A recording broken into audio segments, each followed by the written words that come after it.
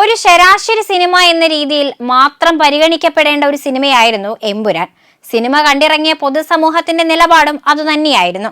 എന്നാൽ സിനിമയ്ക്കെതിരെ സംഘപരിവാറും RSS മുഖപത്രവും രംഗത്ത് വന്നതോടെയാണ് സംഘവിരുദ്ധരായവർ എല്ലാം തന്നെ സംഘടിക്കുകയും അത് വിവാദം ആളിക്കത്തിക്കാൻ ഇടവരുത്തുകയും ചെയ്തിരുന്നത്.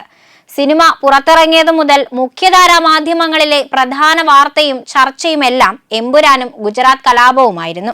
ഇത് പരസ്യ ചിലവിനത്തിൽ കണക്കാക്കിയാൽ എമ്പുരാൻ ഇപ്പോൾ നേടിയ 200 കോടിയിൽ നല്ലൊരു പങ്കും ആ ഇനത്തിലാണ് വകയിരുത്തപ്പെടുമായിരുന്നത്.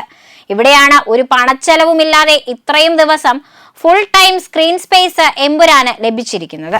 എമ്പുരാൻ വിവാദമില്ലാതെ ഒരു ദിവസവും പത്രങ്ങൾ ഉറങ്ങിയിട്ടില്ല. സോഷ്യൽ മീഡിയകളിലെ അവസ്ഥയും വ്യത്യസ്തമല്ല.